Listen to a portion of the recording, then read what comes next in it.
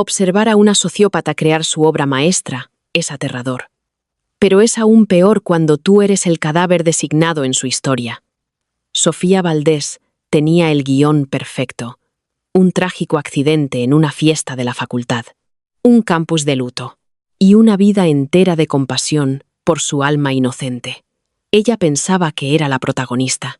No se dio cuenta de que, en esta realidad, la víctima tiene voz, un plan y las pruebas irrefutables para cambiar sus chaquetas de punto por un mono naranja permanente. La cárcel es ahora su única historia. La transición no fue un destello de luz blanca, ni un viaje a través de un túnel. Fue como despertar de una borrachera con el volumen al máximo. En un segundo, estaba en mi salón, leyendo el frustrante capítulo final de un thriller llamado Los crímenes de Montebello. Al siguiente, mis oídos retumbaban con la base de un remix terrible de EDM. El aire olía a cerveza rancia, a humo de vapor de cereza barata y a pino. Parpadeé. Mi visión se aclaró. Se enfocó en un par de zapatillas Converse blancas y desgastadas. Mis zapatillas. Estaba apoyada en una barandilla de hierro forjado, fría. El aire nocturno era cortante, atravesando una fina chaqueta vaquera que no era mía. Miré hacia abajo, 2 pisos más abajo. El patio de hormigón estaba lleno de vasos de plástico rojos. Un recuerdo, nítido, ajeno y para nada mío, se estrelló contra mi mente. Mi nombre era Elena. Estaba en tercero en la Universidad Complutense. Tenía un fondo fiduciario, una cara de pocos amigos y 0 amigos de verdad. Y lo más importante, conocía esta escena. Era el prólogo del libro. En la novela, Elena es la compañera de piso rica y distante que supuestamente acosaba a la dulce e inocente protagonista, Sofía Valdés. En el prólogo, un intruso enmascarado empuja a Elena desde el balcón durante una fiesta. Su cuello se rompe contra el hormigón. Sofía encuentra el cuerpo, grita, y pasa las siguientes 400 páginas, siendo consolada por hombres guapos, mientras investiga a un asesino en serie, que ella misma, como descubren los lectores, inventó por completo para deshacerse de la gente que no le gustaba. Yo era el incidente que lo iniciaba todo. Elena. La voz era suave, con el tono perfecto para sonar vacilante y frágil. Me di la vuelta. Sofía estaba en el umbral de la puerta que daba al balcón. Era exactamente como la describía el autor. Pequeña, de ojos grandes, con un jersey de punto perfectamente holgado que la hacía parecer necesitada de protección. Tenía las manos entrelazadas nerviosamente. «Siento que me odias», susurró Sofía. Esa era la frase. La frase que usaba para distraer a la Elena original antes de abalanzarse. El libro decía que Sofía se abalanzó para abrazar a Elena en una súplica desesperada por su amistad, y que Elena perdió el equilibrio trágicamente. Había leído el torpe intento del autor de hacer que Sofía pareciera una asesina accidental al principio, solo para revelar su sociopatía más tarde. Pero estando aquí, en persona, no había nada accidental en la postura de Sofía. Su peso estaba en el pie de atrás, sus manos estaban tensas, sus ojos estaban fijos en mi centro de gravedad. No venía a por un abrazo, venía a por una embestida. «No te odio», Sofía, dije. Mi voz sonaba diferente, un poco más grave, ronca por el frío. «Simplemente no me importas». Sus ojos se abrieron de par en par. Eso no estaba en el guión. Dio un paso adelante, con las lágrimas falsas ya asomando. «¿Por qué eres tan cruel conmigo? Solo quería hablar». Acortó la distancia rápido. Demasiado rápido. Cuando extendió los brazos, supuestamente para agarrarme en una súplica llorosa, bajó el hombro, apuntando directamente a mi pecho. No discutí, no grité. Simplemente giré bruscamente hacia la izquierda. El impulso de Sofía la llevó hacia adelante. Agarró el aire vacío donde había estado mi torso un segundo antes. Su cadera se estrelló contra la barandilla de hierro. Soltó un grito agudo y genuino mientras su cuerpo se inclinaba sobre el borde. Por una fracción de segundo pensé en dejar que la gravedad hiciera su trabajo. Resolvería muchos problemas, pero no soy una asesina, y tampoco iba a dejar que ella me convirtiera en una. Extendí la mano y agarré un puñado de su grueso jersey de punto, tirando de ella hacia atrás. Se tambaleó, sus botas resbalaron con cerveza derramada y cayó con fuerza sobre la tarima de madera del balcón. Se quedó allí, jadeando, con el pecho agitado. La máscara perfectamente cuidada de la inocente había desaparecido. Su rostro estaba pálido, sus pupilas dilatadas por el pánico puro. Me miró, y por primera vez en su vida no supo qué hacer. «Cuidado», dije, mirándola desde arriba. Mantuve la voz inexpresiva, sin emoción. «Casi te resbalas. El hormigón de ahí abajo no perdona». Sofía abrió la boca, pero no salió ningún sonido. Se arrastró hacia atrás, sus manos raspando la madera, hasta que su espalda chocó con la pared de ladrillo de la casa. Me he tropezado», tartamudeó, con la voz temblorosa. «Claro, te has tropezado». Me agaché para estar a su nivel. No le grité, no la amenacé. Simplemente la miré a los ojos, hasta que el silencio se volvió insoportable. «Ten cuidado por dónde pisas de ahora en adelante, Sofía. No siempre estaré aquí para salvarte». Me levanté, pasé por encima de sus piernas y volví a entrar en la fiesta. La música vibraba en mi pecho. Me abrí paso entre los cuerpos sudorosos. Encontré la puerta principal y salí a la noche fría. Estaba viva. La trama estaba rota y yo iba a enterrarla. A la mañana siguiente, la resaca no era por el alcohol, era por la realidad de mi situación. Pasé 3 horas en el suelo de mi lujoso apartamento, trazando todo lo que sabía sobre los crímenes de Montebello en un cuaderno barato. El recuento de víctimas de Sofía en el libro era de 6. Operaba con una mezcla de incompetencia calculada, lágrimas de cocodrilo y una aterradora habilidad para manipular a los hombres a su alrededor. Si no podía empujarme ella misma de un balcón, encontraría a alguien que lo hiciera. Necesitaba convertir mi apartamento en una fortaleza. Fui a una ferretería en las afueras, lejos de la zona universitaria. Compré 3 cerrojos de alta seguridad, un paquete de cuñas para puertas y una discreta cámara de vigilancia disfrazada de cargador de móvil. Luego fui a una tienda de electrónica y compré un disco duro externo y una grabadora de audio digital. Cuando volví a mi apartamento, cambié las cerraduras yo misma. No confiaba en el conserje. En el libro, Sofía se acostaba con él para conseguir una copia de mi llave maestra. Justo cuando estaba atornillando el último cerrojo, un fuerte golpe sacudió mi puerta. Miré por la mirilla. Era David. David era el trágico interés amoroso de la novela. Era el quarterback estrella, con una mandíbula que podía cortar el cristal y un severo complejo de salvador. Sofía lo manipuló como quiso desde el primer capítulo. Ahora mismo estaba mirando mi puerta, como si lo hubiera insultado personalmente. Abrí la puerta, pero mantuve la cadena de seguridad puesta. «¿Qué quieres, David?». Empujó la puerta con la mano, intentando forzarla, pero la cadena aguantó. Frunció el ceño.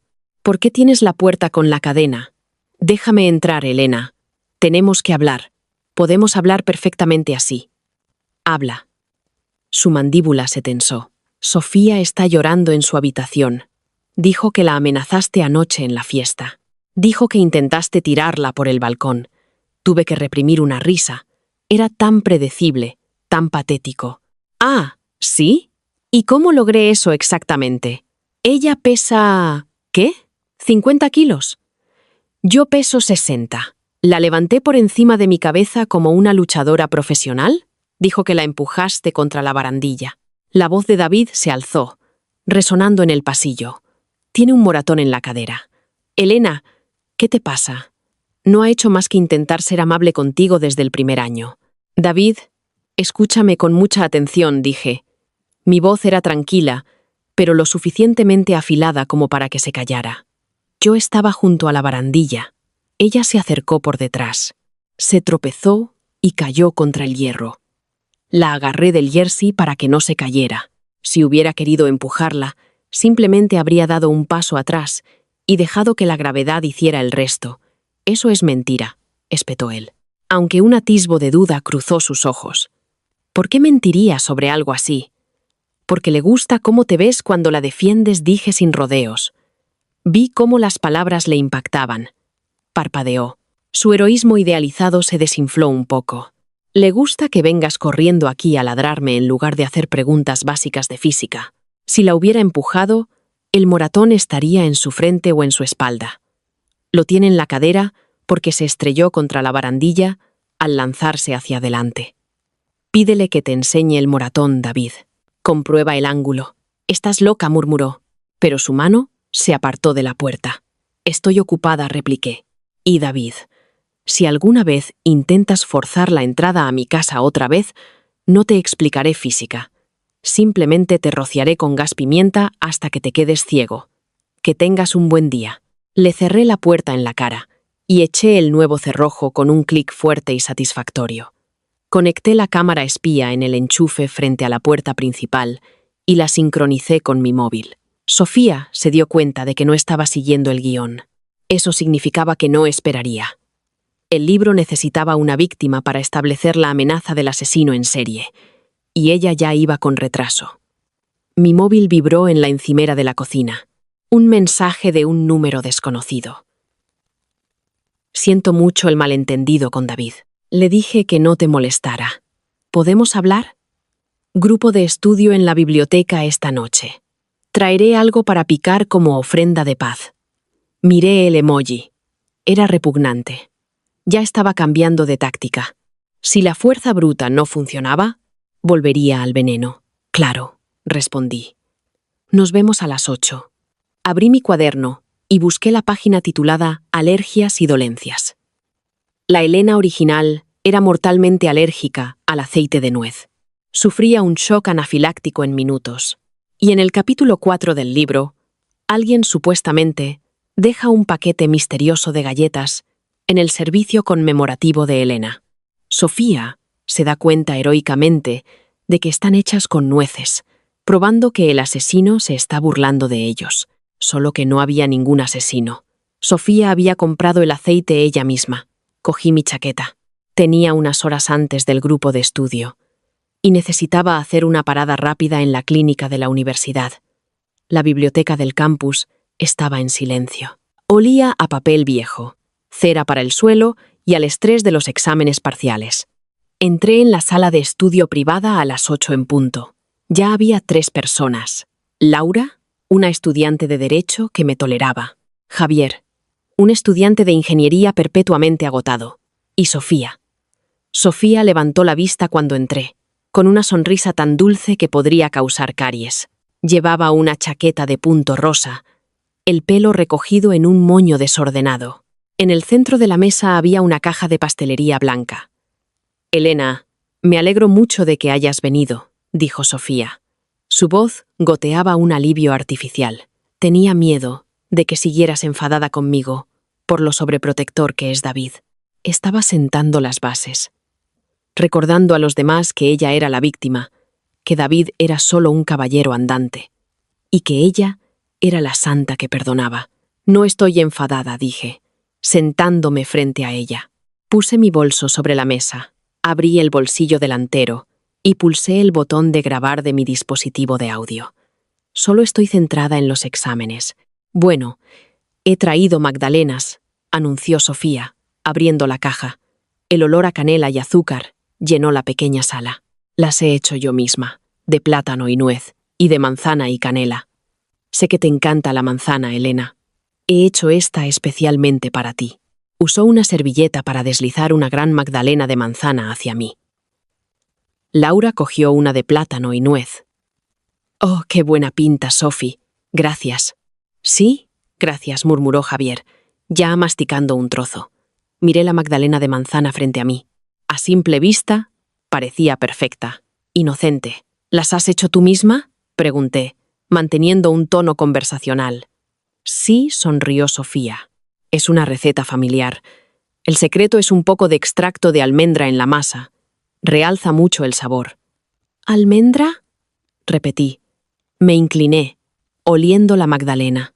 Realmente no sabía cómo olía el aceite de nuez mezclado con manzanas horneadas, pero conocía el guión. La conocía a ella. ¿Estás segura de que no usaste aceite de nuez, Sofía? La sala quedó en completo silencio. Javier dejó de masticar. Laura se detuvo con el café a medio camino de su boca. La sonrisa de Sofía no vaciló, pero sus ojos se endurecieron. Un tic casi imperceptible tiró de la comisura de su ojo izquierdo. ¿Nuez? No, por supuesto que no. ¿Por qué dices eso? Porque tengo una alergia grave y letal. A las nueces, dije con calma. Miré alrededor de la mesa para asegurarme de que Laura y Javier estaban escuchando. Anafilaxia. La garganta se me cierra en unos 3 minutos y mi corazón se detiene en 10. Está en mi expediente médico de la universidad. Un archivo al que tienen acceso los becarios de administración, como tú, ¿verdad, Sofía? Elena, ¿qué te pasa? La voz de Sofía tembló. Miró a Laura, con los ojos llenos de lágrimas. ¿Por qué hace esto? Solo he traído una magdalena. No sabía nada de ninguna alergia. Lo juro. ¿No lo sabías? Pregunté. Metí la mano en mi bolso y saqué un pequeño tubo de plástico con un hisopo. Era un kit de prueba rápida de alérgenos que había comprado en la farmacia cerca de la clínica. Estaban diseñados para que los padres de niños con alergias graves probaran la comida de los restaurantes. ¿Qué es eso?, preguntó Javier, frunciendo el ceño. Es un hisopo de proteínas, expliqué, destapando el tubo. Partí un trozo grande de la magdalena, metí el hisopo en el centro húmedo y lo giré. Detecta trazas de frutos secos, específicamente nueces y pacanas. Si se pone verde, estamos a salvo. Si se pone de un morado brillante. Rompí el vial de líquido en la parte superior del tubo. Sofía se levantó bruscamente. Su silla chirrió contra el suelo. Esto es una locura. Estás siendo paranoica e insultante. No voy a quedarme aquí sentada mientras me acusas de intentar envenenarte. Entonces, siéntate y espera a que la prueba se ponga verde, dije. Mi voz era de hierro, no grité. Solo la miré, sosteniendo el tubo de plástico bajo la luz fluorescente. El líquido del interior ya estaba cambiando, no a verde, a un morado profundo e innegable. Laura ahogó un grito, dejando caer su propia magdalena en la caja como si la hubiera mordido. Sofía, ¿qué demonios? Eso es morado. Javier miró el tubo, luego a Sofía. Espera, ¿pusiste nueces en esto? Yo. Sofía retrocedió, llevándose las manos a la boca. El pánico era real esta vez. No había guión para esto. Debí de coger el bote equivocado, la etiqueta, en la despensa. Mi compañera de piso, ella cocina. Debió de poner el aceite de nuez en el bote de almendra. Te lo juro, Elena, fue un accidente. ¿Un accidente?, repetí. Coloqué el vial morado suavemente sobre la mesa. Luego saqué mi móvil e hice una foto nítida del vial junto a la magdalena y otra foto de la cara aterrorizada de Sofía. «Elena, por favor», susurró Sofía. Las lágrimas se derramaron, pero ya no eran lágrimas bonitas, eran desordenadas y frenéticas. Ayer me empujaste en el balcón, hoy me entregas una dosis letal de un alérgeno. 2 accidentes en 24 horas. Cerré la cremallera de mi bolso.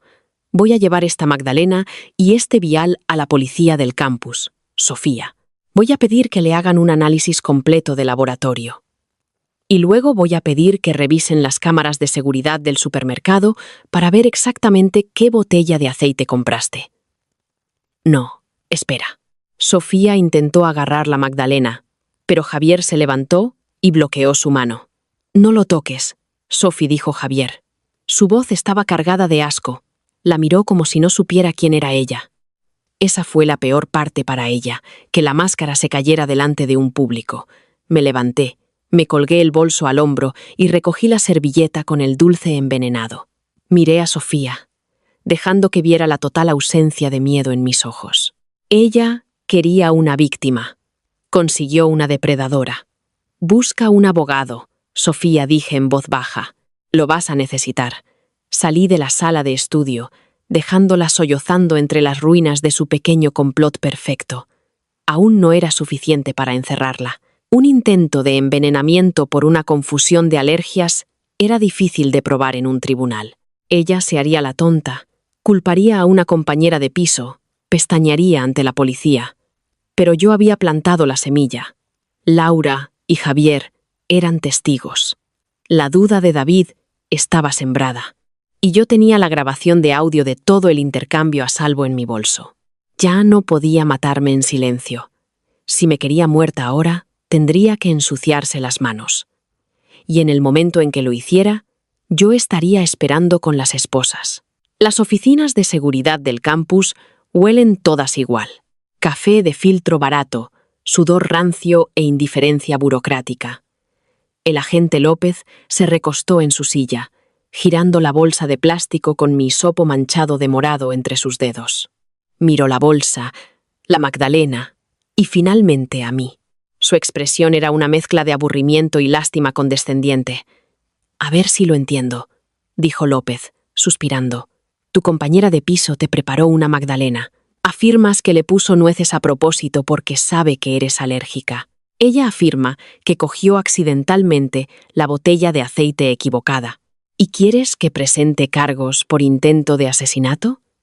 Quiero que lo documente corregí, manteniendo la voz plana. Quiero un rastro de papel. Tengo 2 testigos que la vieron entrar en pánico e intentar coger las pruebas cuando el test dio positivo. Tengo una grabación de audio de ella negando explícitamente que hubiera nueces, justo antes de que se demostrara que mentía». López deslizó la bolsa por el escritorio, de vuelta hacia mí. «Mira, Elena, estáis bajo mucho estrés. Los parciales se acercan. Las compañeras de piso se pelean. A veces gastan bromas estúpidas o simplemente cometen errores genuinos. Sofía Valdés estuvo aquí hace 1 hora llorando a mares. Dijo que has estado paranoica últimamente, que la amenazaste en una fiesta. Lo miré fijamente. La pura previsibilidad de todo era casi insultante. Sofía no había esperado. En cuanto salió de la biblioteca, corrió directamente aquí para hacerse la víctima, estableciendo la narrativa antes de que yo entrara. Intentó tirarme por un balcón. «Agente López», dije en voz baja. «Pesa 45 kilos empapada», se burló, repitiendo el mismo punto ciego de David. «Mira, pondré una nota en el archivo. Una disputa doméstica. Pero te sugiero encarecidamente que intentéis la mediación o habléis con la residencia para un cambio de habitación. No voy a arrestar a una estudiante de sobresaliente por un dulce». No discutí. Discutir con un hombre que ya había decidido que eras una histérica era una pérdida de energía. Cogí la bolsa de plástico, la metí en mi bolso y salí al aire fresco del otoño. Si la policía no me ayudaba, estaba sola. Y Sofía lo sabía. Para el martes, el aislamiento social era completo. En el libro, el arma más grande de Sofía no era un cuchillo.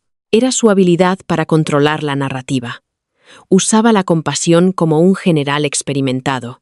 Los susurros empezaron en mi clase de la mañana. Cuando entré en el anfiteatro, las conversaciones se apagaron. La gente apartaba la mirada. Me senté en mi fila habitual y las 2 chicas a mi lado recogieron sus cosas y se subieron 3 filas. Saqué mi portátil y abrí mis mensajes. Laura, mi compañera de estudio, me había bloqueado. Javier no había respondido a mi mensaje pidiéndole los apuntes de química. Luego abrí la red social popular en el campus. Ahí estaba. Una historia privada que Sofía había publicado para su lista de amigos cercanos, que en realidad eran unas 300 personas. El vídeo era una obra maestra de manipulación. Sofía estaba sentada en su cama, con el maquillaje perfectamente corrido, para parecer que había estado llorando durante horas. No estaba enfadada, solo estaba muy, muy triste. Ya no sé qué hacer, su voz temblaba a través del altavoz de mi teléfono. Intenté hacer algo bueno por Elena. Cometí un error con el aceite de cocina y ella estalló. Últimamente ha estado actuando de forma muy errática. Sinceramente, estoy asustada por su salud mental. Por favor, si la veis, dadle espacio. No está bien. Cerré la aplicación. Me estaba presentando como una acosadora psicótica y paranoica. Si acababa muerta, no sería un asesinato. Sería un suicidio trágico e inevitable. La chica deprimida e inestable que finalmente se rompió. Era exactamente lo que le hizo en el capítulo 8 de la novela a una chica llamada Clara, justo antes de que Clara fuera encontrada colgada en su habitación. Fui al baño después de clase para echarme agua fría en la cara. La pesada puerta de madera se cerró detrás de mí, cortando el ruido del pasillo. El baño estaba vacío hasta que una de las puertas de los cubículos se abrió. Salió Sofía. Se acercó a los lavabos, abrió el grifo y empezó a lavarse las manos. No me miró en el espejo. «Estás trabajando duro», dije, apoyándome en la pared de azulejos. El vídeo fue un buen toque. «Mejor actriz dramática para ti».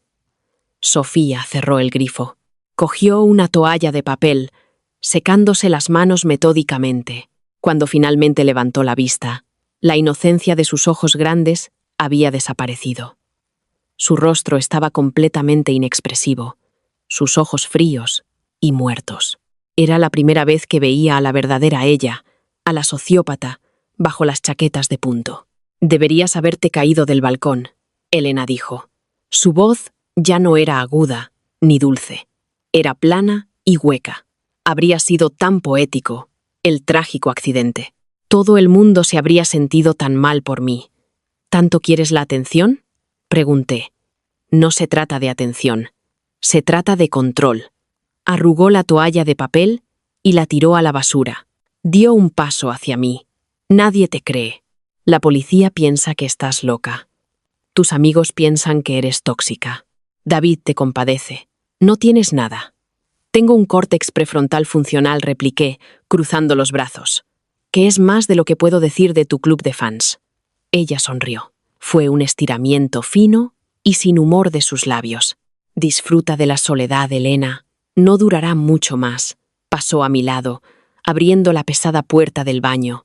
Al instante, sus hombros se encorvaron, su respiración se entrecortó y salió corriendo al pasillo, escondiendo la cara entre las manos como si huyera de un monstruo.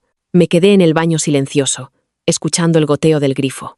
Estaba escalando. El exilio social no era el final. Era el preámbulo. Estaba despejando el escenario para que no hubiera testigos en el acto final. No conducía un coche bonito. La Elena original tenía un BMW nuevo, pero lo había cambiado inmediatamente en un concesionario de dudosa reputación por un voluminoso Volvo familiar de 10 años. Estaba construido como un tanque, prácticamente indestructible e increíblemente pesado. Sofía no sabía cómo cambiar un neumático, y mucho menos sabotear un vehículo, pero no lo necesitaba. En el libro, externalizaba su violencia a hombres desesperados por su aprobación. Su perro faldero actual era un chico llamado Adrián. Estaba en tercero, era corpulento y trabajaba a tiempo parcial en un taller de coches local. Llevaba perdidamente enamorado de Sofía desde la orientación de primero. En la novela, Adrián acaba asumiendo la culpa de uno de sus asesinatos, yendo a la cárcel mientras Sofía llora en la sala del tribunal, lanzándole un trágico beso de despedida. Sabía que lo usaría. Solo necesitaba atraparlo. El jueves por la tarde me salté mi última clase. Conduje a una tienda de deportes y compré una cámara de rastreo activada por movimiento y camuflada, del tipo que usan los cazadores para seguir a los ciervos. Volví al aparcamiento donde guardaba el Volvo. El garaje estaba mal iluminado, olía a aceite de motor y a hormigón húmedo. Mi plaza estaba en la tercera planta, en una esquina junto a un pilar de hormigón. Me subí al capó de mi coche. Alcancé las tuberías de agua del techo y até la cámara con bridas. La incliné hacia abajo para que tuviera una vista perfecta del lado del conductor y de las ruedas delanteras.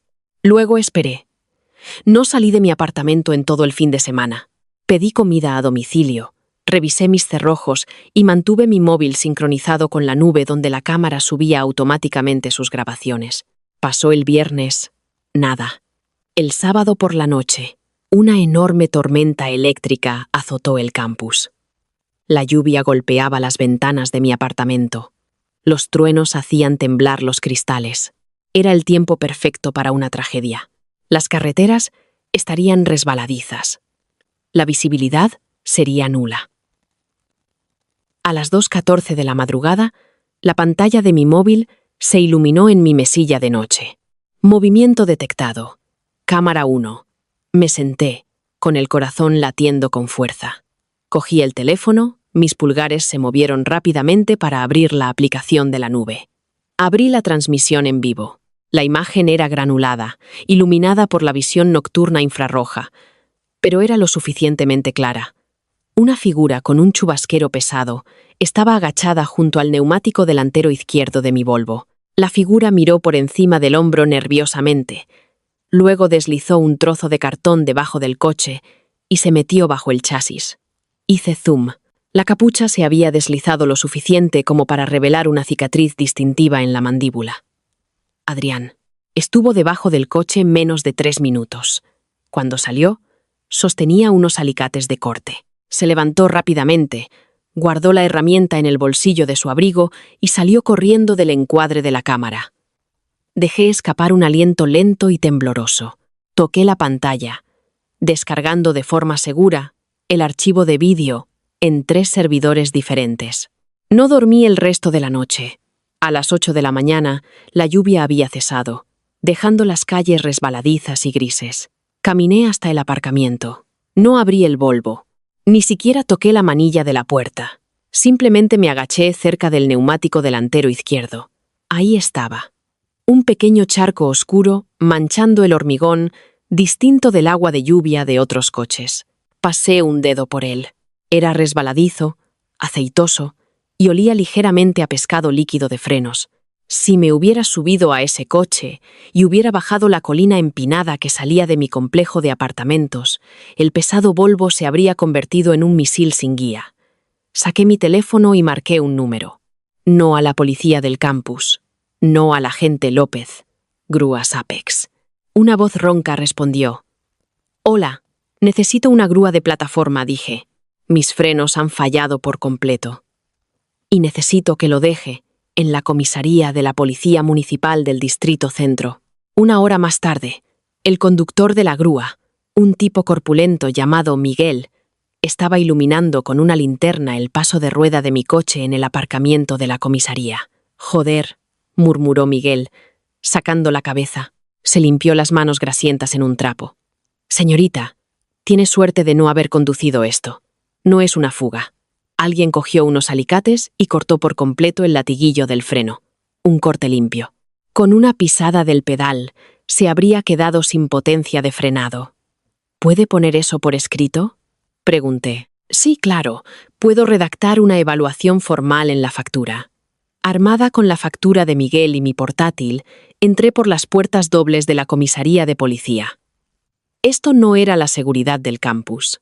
El aire aquí era tenso, vibrando con teléfonos sonando y detectives de verdad lidiando con crímenes de verdad. Me acerqué al mostrador. «Necesito denunciar un intento de homicidio». 20 minutos después, estaba sentada frente al detective Morales. Tenía unos 50 años, ojos cansados y un bigote canoso. Parecía un hombre que había visto todo tipo de basura humana. No me ofreció una sonrisa condescendiente. Simplemente hizo clic con un bolígrafo y abrió una libreta. «Cuéntemelo todo», dijo Morales. Le entregué mi portátil. Puse el vídeo de Adrián deslizándose bajo el coche con los alicates. Le entregué la factura del mecánico, confirmando el latiguillo del freno cortado. Luego saqué la grabación de audio de la biblioteca, detallando la magdalena envenenada y la foto con la hora de la prueba de alergia morada. No soné histérica. Lo expuse como un fiscal. «Se llama Sofía Valdés», dije, golpeando el escritorio. «El chico del vídeo es Adrián Martín. Están conectados. Lleva 2 semanas escalando. Primero un empujón, luego veneno, ahora sabotaje mecánico. He documentado cada paso. No quiero una orden de alejamiento, detective Morales. Quiero que lo arresten por imprudencia temeraria e intento de asesinato. Y quiero que la traigan a ella por conspiración». Morales miró la pantalla, viendo a Adrián salir de debajo del coche. Lo rebobinó. Lo vio de nuevo. Miró la nota del mecánico. No suspiró. No me dijo que era una broma de universitarios. Cogió el teléfono de su escritorio. «Oye, envía un par de uniformados al taller de coches del campus. Vamos a recoger a un chico llamado Adrián Martín. Tráiganlo directamente a una sala de interrogatorios. Morales colgó el teléfono y me miró, con los ojos agudos. Has estado ocupada, chica. Solo intento seguir con vida, detective. La trampa estaba puesta. Sofía había pensado que estaba jugando al ajedrez con un fantasma. Pero yo acababa de darle la vuelta al tablero. La sala de espera de la comisaría del Distrito Centro era un estudio de la depresión institucional. Las paredes estaban pintadas de un color que no se decidía entre el gris y el verde vómito, y las luces fluorescentes emitían un zumbido mecánico constante. Estuve sentada en una silla de plástico duro durante 3 horas, bebiendo un café que sabía a cobre quemado en un vaso de poliestireno. No me importó la espera. La adrenalina, que me había mantenido en pie durante las últimas 2 semanas, finalmente comenzaba a transformarse en una fría y dura sensación de victoria. Exactamente a la 1:45 p.m. Las pesadas puertas dobles que conducían a los calabozos se abrieron. El detective Morales salió. Sostenía 2 vasos de café y parecía increíblemente cansado. Pero había un brillo agudo y satisfecho en sus ojos. Me entregó uno de los vasos y se sentó en la silla junto a la mía, soltando un largo suspiro.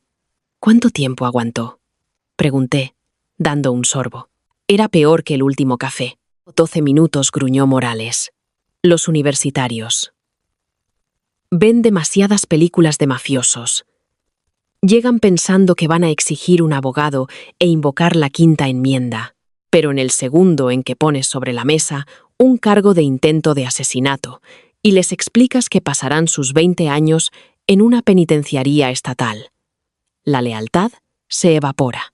Confesó como un niño de coro, dijo Morales, sacando un smartphone en una bolsa de plástico de su chaqueta. Adrián Martín es un idiota, un romántico, trágicamente estúpido. Pensó que estaba protegiendo a una damisela en apuros. Según él, Sofía fue a su residencia anoche llorando histéricamente. Le dijo que la habías acorralado en el baño, que la habías amenazado con atropellarla con tu coche. Una risa amarga se me escapó de la garganta. Es meticulosa, eso se lo concedo. Lo es, pero es descuidada. Morales golpeó la bolsa de plástico. Usó a un intermediario porque no quería mancharse las manos, pero los intermediarios dejan rastros. Adrián firmó una declaración completa. Y lo que es más importante, nos dio su consentimiento para descargar su teléfono. Sofía no es tan sutil en sus mensajes de texto como cree. Morales sacó una hoja de papel impresa de su bolsillo trasero y me la entregó.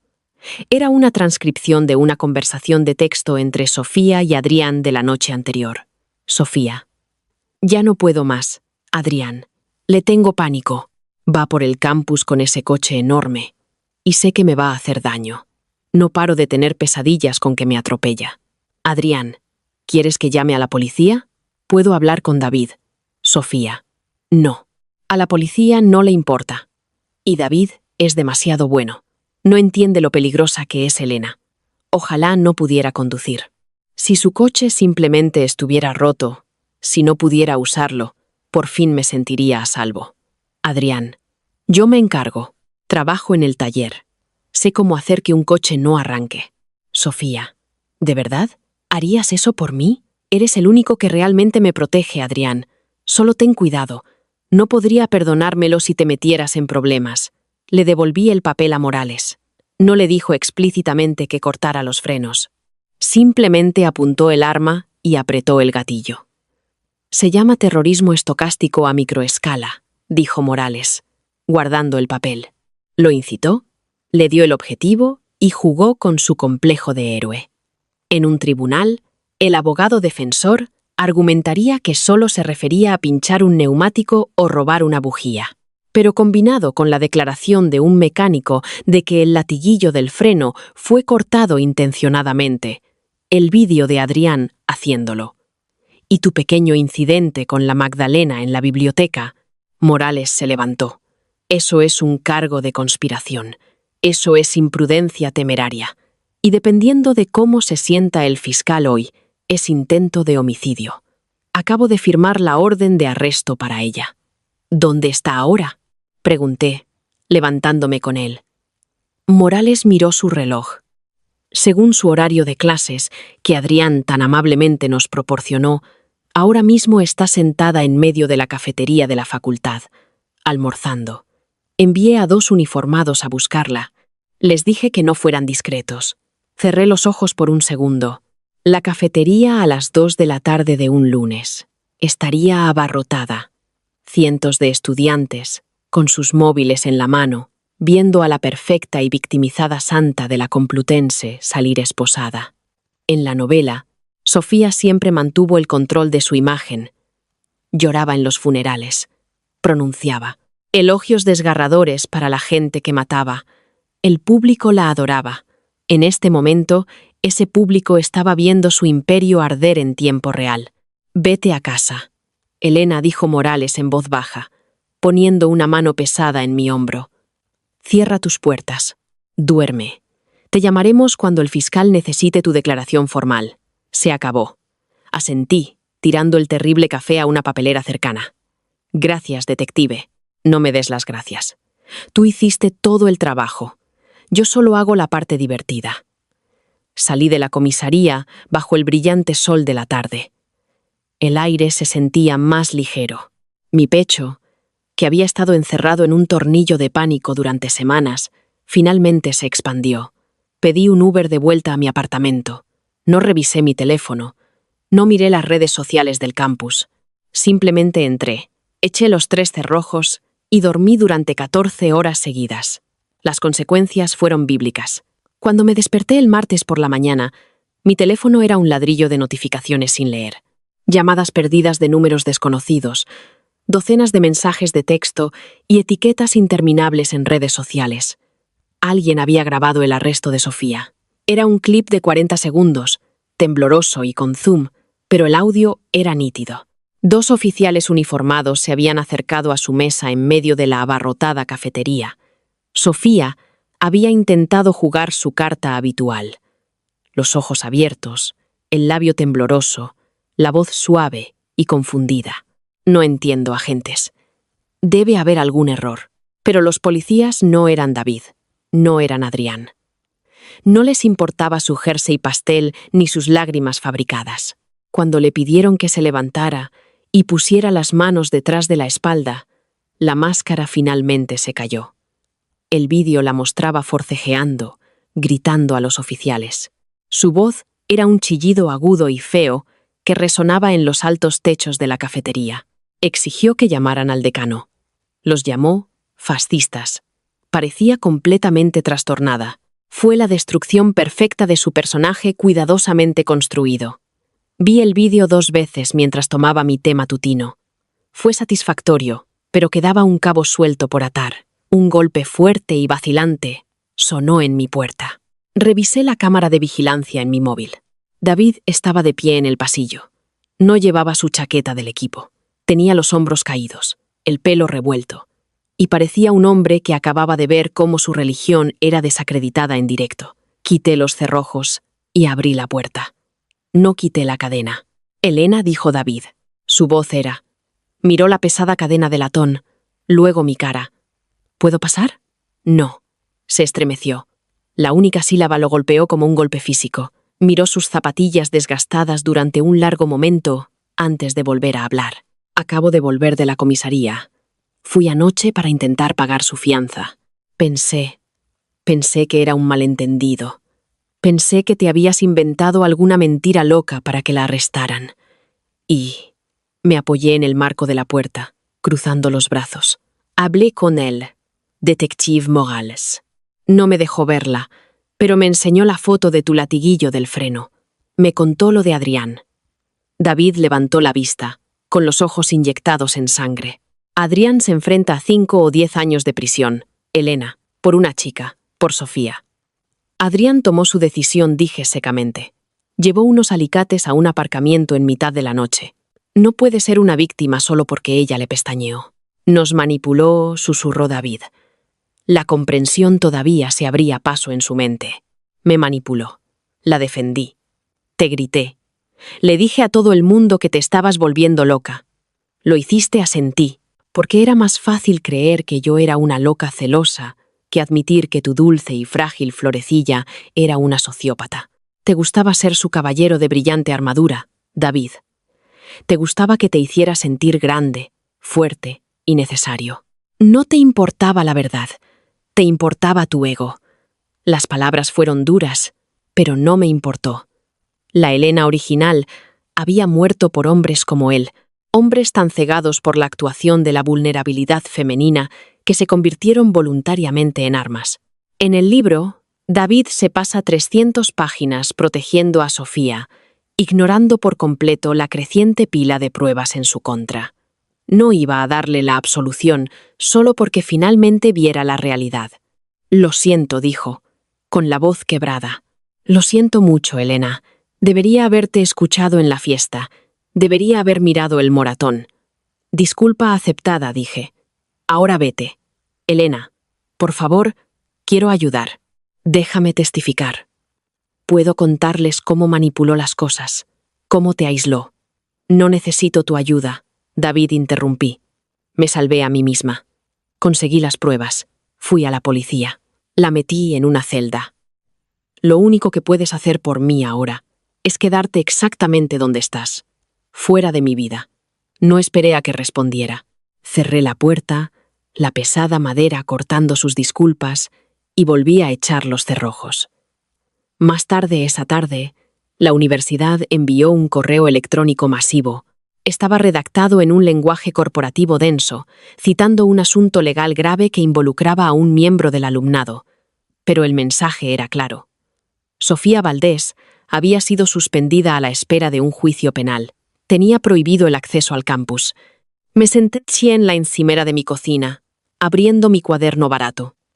La primera página estaba llena de mi escritura frenética de aquella primera mañana de resaca.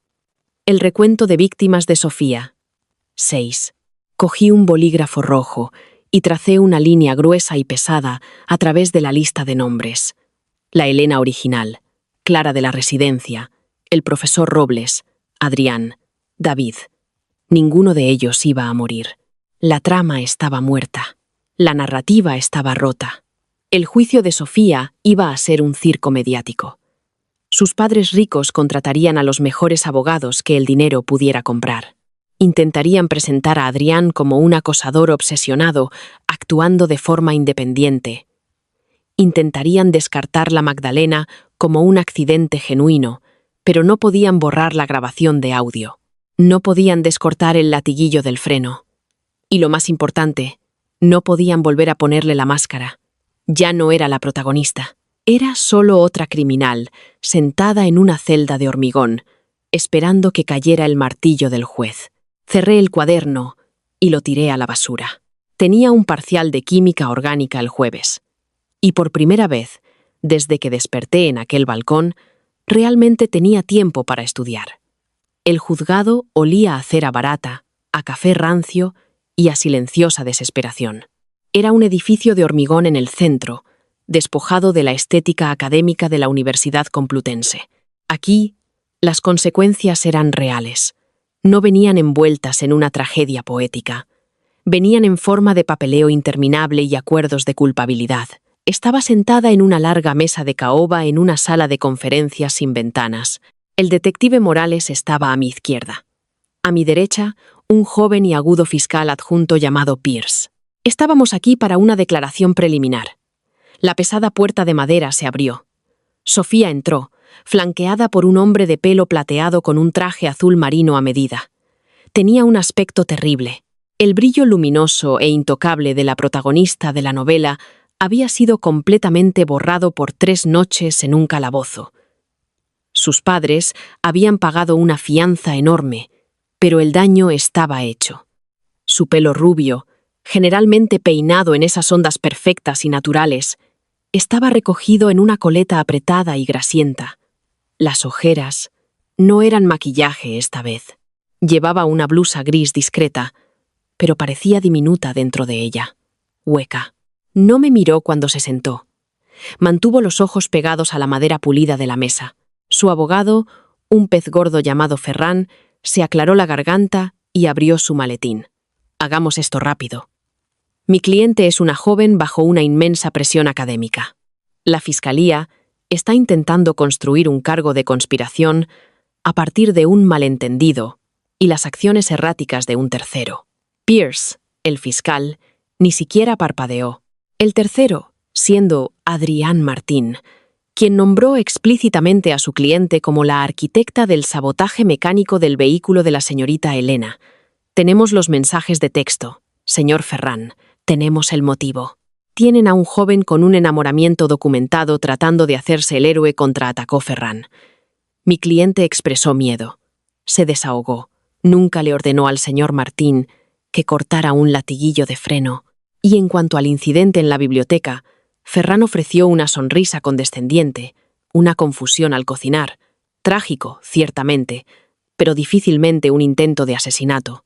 Estamos preparados para ofrecer un acuerdo por un delito menor de conducta imprudente en relación con los textos, siempre que se retiren todos los cargos graves. Era una buena estrategia. Aislar los eventos, presentarlos como coincidencias desafortunadas. Si esto fuera el libro, la fuerza de la autoridad de Ferran y el llanto de Sofía habrían convencido a la sala. Metí la mano en mi bolso de tela. No esperé a que Pierce discutiera. He traído algo, dije. La sala se quedó en silencio. Ferran frunció el ceño. ¿Va a testificar? Estoy proporcionando documentación complementaria, repliqué con calma. Saqué una pila de papeles cuidadosamente encuadernados y los deslicé sobre la mesa hacia Ferran y Sofía. Había pasado los últimos 3 días completamente centrada en esto. No confiaba en que la policía conectara todos los puntos, así que lo hice yo misma. Había registrado meticulosamente cada interacción, cada mensaje de texto que Adrián había entregado, cada marca de tiempo de las grabaciones de seguridad y cada ubicación en una hoja de cálculo. Formateé las filas para resaltar la escalada, cruzando el horario de clases de Sofía con los momentos en que buscó a Adrián. Página 3, dije, con voz firme. Esa es una tabla de datos que construí. Mapea la línea de tiempo exacta del incidente de la biblioteca. Afirman que el aceite de nuez fue un error. Pero si miran la hora en el recibo del supermercado que consiguió el detective Morales, Sofía compró el aceite de nuez a las 4:12 p.m. Compró el extracto de almendra a las 4:15 p.m.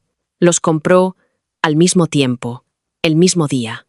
¿Por qué comprar ambos si pensabas que uno era el otro? Ferran se quedó mirando la hoja de cálculo. La lógica ordenada e innegable de las columnas y filas no dejaba lugar a la narrativa. Página 5, continué, implacable. Marcas de tiempo cruzadas de sus mensajes de texto a Adrián. No solo se desahogó. Le envió un mensaje con la marca, el modelo y el número de matrícula exactos de mi coche, junto con mi número de plaza de aparcamiento, 10 minutos después de preguntarle si sabía cómo inutilizar un vehículo. No das coordenadas cuando solo te estás desahogando. La respiración de Sofía se entrecortó. Finalmente me miró, con los ojos muy abiertos, vidriosos y aterrorizados. Yo no estaba jugando según las reglas de un drama. La estaba aplastando con precisión administrativa. Mi cliente no responderá preguntas sobre este documento no autorizado. Ferran cerró la carpeta bruscamente, pero un músculo tenso y visible saltó en su mandíbula. Sabía reconocer un barco que se hunde. No tiene que responder, dijo Pierce, inclinándose hacia adelante.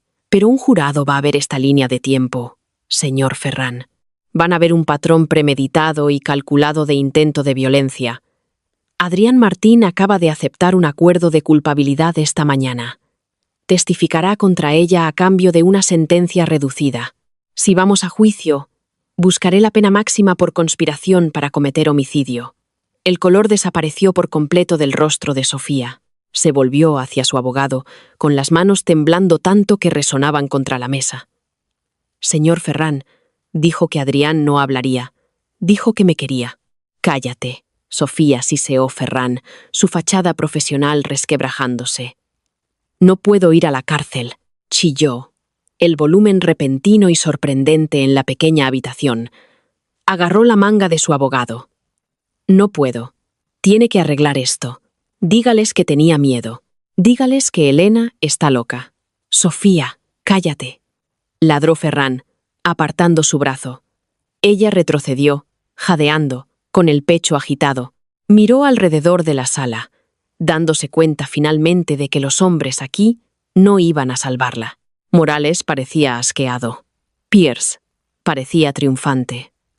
Y yo simplemente la miré. «Quiero un acuerdo», sollozó Sofía. Las lágrimas finalmente cayeron. Lágrimas feas y reales de pura autopreservación. Me declararé culpable. Solo manténganme fuera de la prisión estatal. Ferran cerró los ojos y se pellizcó el puente de la nariz. La lucha había terminado. Mientras los abogados comenzaban a negociar la sombría mecánica de su rendición, Sofía me miró a través de la mesa. El odio en sus ojos era tóxico, quemando a través de las lágrimas. «Lo arruinaste todo», susurró. Su voz apenas audible sobre el sonido de Pierce barajando papeles. No susurré de vuelta, inclinándome un poco. Solo cancelé tu espectáculo. La sentencia oficial tuvo lugar 3 semanas después. El otoño había desnudado por completo los árboles, dejando el campus con un aspecto austero y gris. No fui a clase esa mañana.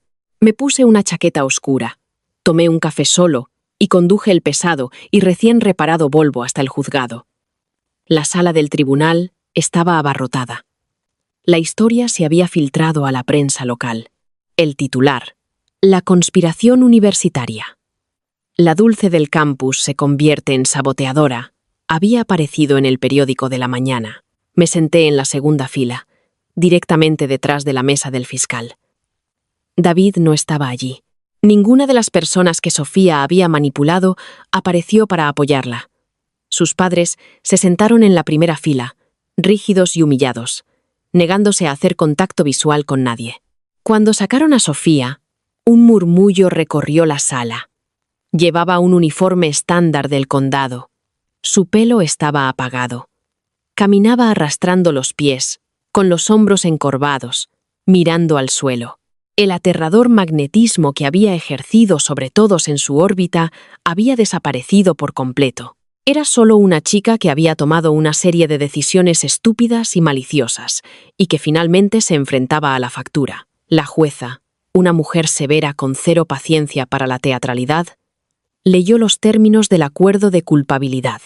Adrián Martín había recibido 3 años por su papel en el sabotaje, con posibilidad de libertad condicional anticipada. Fue una dura lección sobre la realidad de ser un peón. Luego vino Sofía Valdés. La voz de la jueza Navarro retumbó a través del micrófono. Se ha declarado culpable de un cargo de conspiración para cometer agresión con agravantes y un cargo de imprudencia temeraria. El tribunal ha revisado las pruebas, incluida la muy perturbadora línea de tiempo de premeditación con respecto a la alergia letal de la víctima y el posterior sabotaje mecánico de su vehículo. Sofía estaba de pie en la mesa de la defensa, con las manos entrelazadas con fuerza, temblando visiblemente. Sus acciones no fueron un lapso momentáneo de juicio, continuó la jueza, su tono agudo e implacable. Fueron una campaña manipuladora y sostenida con la intención de causar un daño catastrófico. Usó a las personas a su alrededor como instrumentos para su propia malicia. Encuentro su falta de remordimiento antes de su arresto profundamente preocupante. La jueza hizo una pausa. De conformidad con el acuerdo alcanzado con la Fiscalía, la sentenció a 7 años en un centro penitenciario estatal, sin posibilidad de libertad condicional, durante los primeros 4 años. La madre de Sofía soltó un sollozo agudo y reprimido. Sofía no lloró. Simplemente se tambaleó ligeramente, como si la gravedad en la habitación se hubiera duplicado de repente. El alguacil se adelantó, tomándola del brazo para conducirla hacia la puerta del área de detención. Al girarse, sus ojos se encontraron con los míos. No hubo ningún mensaje secreto, ni dramáticas palabras de despedida. Simplemente me miró con la hueca y aterrorizada comprensión de que el universo no giraba a su alrededor. Le sostuve la mirada, con el rostro completamente neutral, hasta que la pesada puerta de madera se cerró detrás de ella, apartándola de mi vida para siempre. Solté un aliento que sentí que había estado conteniendo durante un mes. Salí del juzgado al cortante viento de noviembre. No sentí una repentina oleada de euforia. No tenía ganas de celebrar con champán ni de gritar al cielo. Simplemente me sentí inmensamente, profundamente arraigada. El peso fantasma de la trama, el guión invisible que había exigido mi muerte por el bien del desarrollo del personaje de otra persona, había desaparecido por completo. Estaba de pie sobre pavimento sólido. Conduje de vuelta a mi apartamento. No revisé mis mensajes, ni miré las noticias del campus. Fui directamente a mi cocina. Necesitaba hacer algo normal, algo táctil y real, lejos de comisarías y juzgados. Había pasado por la carnicería de la calle 4 de camino a casa y había comprado una gruesa y pesada pieza de panceta fresca. Pasé la siguiente hora en un movimiento silencioso y metódico. Marqué la piel gruesa con un cuchillo afilado, creando un patrón de diamantes perfecto. Masajeé sal marina gruesa y pimienta recién molida en los cortes. La metí en el horno y puse el temporizador. Durante las siguientes 2 horas, el apartamento se llenó del rico y sabroso olor a carne asada. Me senté en mi sofá, envuelta en una manta, y simplemente escuché el silencio. Cuando sonó el temporizador, saqué la bandeja. La piel se había ampollado y crujido hasta formar una corteza dorada perfecta. La grasa se había derretido. Me paré en la isla de mi cocina, cortando una rebanada gruesa. Crujió ruidosamente, caliente, rica y perfectamente salada. Comí en silencio, observando el tráfico de la tarde moverse lentamente por la calle debajo de mi ventana. El libro, Los crímenes de Montebello, estaba muerto. La tragedia había sido cancelada. La heroína estaba sentada en una celda de 2x3, cambiando sus jerseys de cachemira por un mono naranja. Y la primera víctima, el contorno de tiza, estaba viva. Estaba cenando de maravilla. Y mañana tenía un parcial que aprobar. Y así es como se reescribe una tragedia. No esperé a que un héroe me salvara. Y ciertamente no me quedé para ser el incidente inicial en la retorcida fantasía de Sofía. Traje las pruebas, rompí la narrativa y vi caer el martillo del juez. Si te encantó escuchar cómo una psicópata perfectamente cuidada fue desmantelada por la lógica básica y un rastro de papel digital, dale al botón de me gusta. Comparte esto con alguien que necesite un recordatorio de que la mejor venganza es una sentencia de prisión. Y suscríbete para más historias. Deja un comentario abajo. ¿Qué habrías hecho tú de otra manera? Hasta la próxima.